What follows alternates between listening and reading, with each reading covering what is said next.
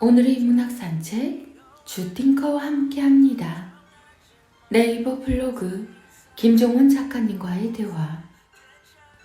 근사한 마음이 근사한 일상을 부릅니다.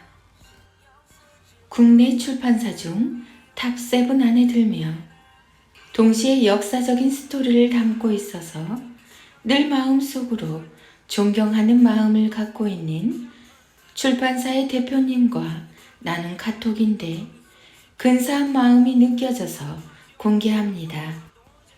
근사한 마음을 전하면 늘 근사한 사람들과 일상을 즐길 수 있게 됩니다. 여러분께도 늘 근사한 마음을 전합니다. 행운만 부르는 마음은 무엇이 다른가? 사람들과 좋은 관계를 맺는 방법에 대한 글을 하나 써서 올리면 꼭 이런 방식의 댓글이 달린다. 저런 좋은 말을 들려주기도 전에 자기 할 말만 하고 가는 사람은 어쩌죠? 이들의 특징은 내가 진심을 담아 그에게 어떤 식의 댓글을 쓰면 2차 반응이 전혀 없다는 사실이다. 이건 무엇을 의미하는 걸까? 이 사람은 자신이 그토록 증오하는 자기 할 말만 하고 가는 사람이 자신과 닮은 사람이라는 사실을 모르고 있다. 내가 쓴 글에 관계가 없는 내용만 댓글로 남기고 이후에 내가 들려주는 말에는 반응이 없다는 것이 그 사실을 증명한다. 자기 할 말만 하고 가는 사람을 미워하는 사람은 본인도 그렇게 살고 있을 가능성이 높고, 남을 헐뜯는 사람을 미워하는 사람은 본인도 그렇게 살고 있을 가능성이 높다. 우리는 자신에게 없는 것이 무엇인지 알 수 없기 때문이다. 타인의 단점과 못된 부분을 인지한다는 것은 당신에게도 그게 존재한다는 사실을 의미한다. 당신이 지금 누군가를 미워하고 있다면 그를 미워하는 이유와 당신의 단점이 정확하게 하나로 일치할 가능성이 높다. 어떤 사람에게는 나쁜 소식만 찾아오고 어떤 사람에게는 복된 소식만 찾아오는 이유도 바로 거기에 있다. 마음에 좋은 것을 담으면 좋은 것만 찾아온다. 마음은 거짓을 모른다. 이 골목만 돌면 당신에게도 근사한 일이 생길 거야. 살면서 느끼는 가장 불행한 순간은 경기가 끝없이 하락으로 이어질 때지. 내 자신과 직업, 투자한 것들의 가치가 시장의 역성장 흐름과 함께 무너질 때 정말 인생이 무섭다는 사실을 느끼니까. 그러나 그보다 더 최악의 순간이 있으니 경기도 좋고 다들 승승장구하고 있는데 유독 나만 부진하고 희망이 없을 때다. 모두가 힘들 때가 아닌 나만 힘들게 느껴질 때 우리는 극도의 불안감을 느끼게 되지. 내가 투자한 상품만 가치가 하락하고 내 자신만 상대적으로 낮은 평가를 받고 미래에 대한 희망마저 품을 수 없을 때 우리는 세상에서 가장 외로운 존재가 된다. 저 높고 쓸쓸한 곳에서 혼자 울게 되지. 그래서 우리에게는 영원히 변치 않는 자신을 향한 믿음이 필요하다. 반드시 최고의 결과가 나올 거라는 강하기만 한 믿음이 아니라 좋은 결과가 나오지 않아도 괜찮으니 다음에 더 멋지게 도전하겠다는 마음의 여유에서 나온 유연한 믿음이 필요하다. 수천 명이 나를 떠나도 혼자서 견디고 수천 명이 남아있어도 혼자 떠날 용기, 그리고 미래를 향한 강한 확신이 필요하다. 지금은 힘들지만 늘 이 말을 기억하자. 지금 당장 좋은 일이 없어도 괜찮아. 이 골목만 돌면 근사한 일이 생길 테니까. 나는 결국 잘 되게 되어 있어. 내 추억을 연주해 줄 수 있겠니? 어제 빌리 조엘의 피아노맨을 듣다가 이 부분에서 멈춰서 눈을 감았다. 이봐, 피아노맨. 내 추억을 연주해 줄 수 있겠니? 순간 싱글몰트 위스키 한 병을 마신 것처럼 나는 글에 빠져들 수밖에 없었다. 멈출 수밖에 없게 만드는 가사에 담긴 깊은 철학. 나도 이런 글을 써야 하는데 오랜만에 즐겨보시길. 카카오 스토리 김종원 작가님의 기적의 필사법. 김연아 선수의 마음의 힘을 탄탄하게 만든 부모의 9가지 말. 김연아 선수를 생각하면 부당한 판정 때문에 슬펐던 일이 떠오릅니다. 하지만 정작 그녀는 침착하게 그 상황을 바람처럼 지나갔죠. 그녀는 당시 심정에 대해서 이렇게 말했습니다. 내가 부당한 점수 때문에 흔들려서 스케이팅을 망쳤다면 그것이야말로 나 스스로 지는 결과가 아니었을까? 하지만 나는 지지 않았다.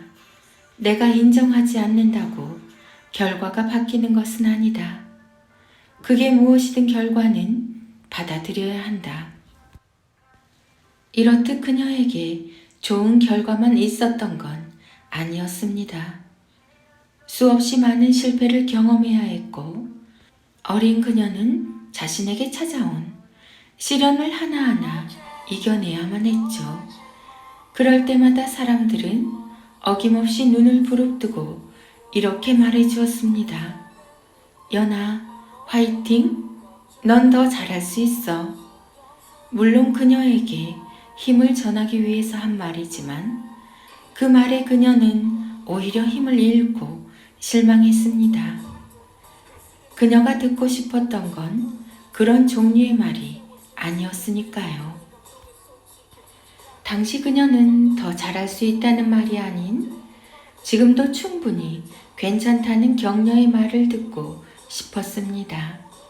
바로 이런 식의 따스한 말을 말이죠. 이 정도면 충분해. 정말 잘했어. 그때 외로운 그녀의 마음을 안아준 건 어머니의 한마디였습니다. 울면서 그만두겠다고 할 때마다 그녀의 어머니는 이런 이야기를 들려주었죠. 네가 최선을 다했다면 그걸로 충분해. 목표는 언제든 조정할 수 있으니까. 어떤 목표보다 네가 더 소중해. 그녀는 말의 힘을 알고 있었어요. 같은 말도 예쁘게 그리고 부드럽게 전하려고 생각하고 또 생각했죠. 아이의 재능을 살리는 말과 죽이는 말이 따로 있다는 사실을 누구보다 잘 알고 있었기에 더욱 말을 섬세하게 가려서 했습니다. 만약 어린 김연아가 훈련과 시합으로 힘들 때마다 어머니가 이렇게 말했다면 결과가 어땠을까요? 뭐 하는 거야? 어떻게든 버텨내야지. 그 정도의 지치는 운동선수가 어딨어? 다들 그렇게 이겨내면서 하는 거야. 그런 모진 말로 훈련만 강요했다면 지금의 그녀는 없었을 수도 있습니다. 마음의 힘도 모두 잃었겠지요. 물론 실력을 기르기 위해서는 멈추지 않고 질주하는 의지도 필요합니다. 하지만 그녀의 어머니는 알고 있었습니다. 따스한 말로 한동안 안고 있으면 그 안에서 다시 힘을 낸 딸이 스스로 바깥으로 나가 질주할 거라는 멋진 사실을 말이죠. 나가서 뛰어 라고 말하는 대신 나가서 뛰고 싶은 마음을 만들어준 것입니다. 여러분도 다음에 소개하는 말을 일상에서 자주 들려주시면 아이에게 그런 힘을 줄 수 있습니다. 아이의 마음의 힘을 길러주는 말을 소개합니다. 짜증 부리는 걸 선택하면 세상이 온통 암흑으로 보이지. 너는 잘 해결할 거야. 시간은 아무런 걱정하지 마. 끝까지 스스로 하는 게 중요하니까. 뭐든 좋게 생각하면 기분 나쁠 필요가 전혀 없어. 결과는 미래에 맡기고 지금 앞에 있는 문제에 충실하자. 이걸 해내야 다음 것도 할 수 있지. 처음부터 겁먹지 말자. 2번, 3번 도전하면 쉬워지니까. 지금 포기할 수도 있고 계속 앞으로 나갈 수도 있지. 선택은 언제나 너의 몫이야. 둘 다 해내려면 어떻게 해야 할까? 함부로 말을 하는 건 오히려 자신에게 안 좋아. 내 기분이 나빠지잖아. 넌 어떤 사람이 되고 싶니?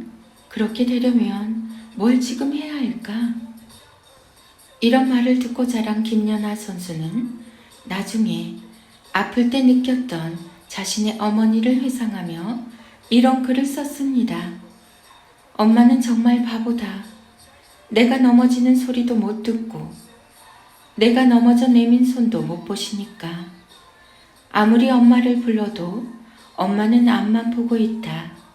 그래서 나는 더는 울지 않게 됐다. 그런데 그리고 나서야 우리 엄마가 운다. 당신의 마음을 모른다고 생각하지 마세요. 아이는 모두 다 알고 있습니다. 아프고 힘들고 쓸쓸한 당신의 일상을, 그리고 당신의 변치 않는 사랑을. 김종원 작가, 부모 교육, 자녀 교육, 부모, 아이, 책, 육아, 초등, 육아맘, 초등맘, 김연아, 내면, 마음의 힘. 아이들의 낭송이 이어집니다. 인문학의 대가 김종원 작가님의 매일 아침을 여는 1분의 기적. 왜 굳이 다른 사람의 일에 참견하시죠? 이렇게 누군가 당신을 비난한다면 신경을 쓸 필요가 없다. 그도 마찬가지로 당신의 삶에 참견하며 듣기 싫은 이야기를 하고 있기 때문이다.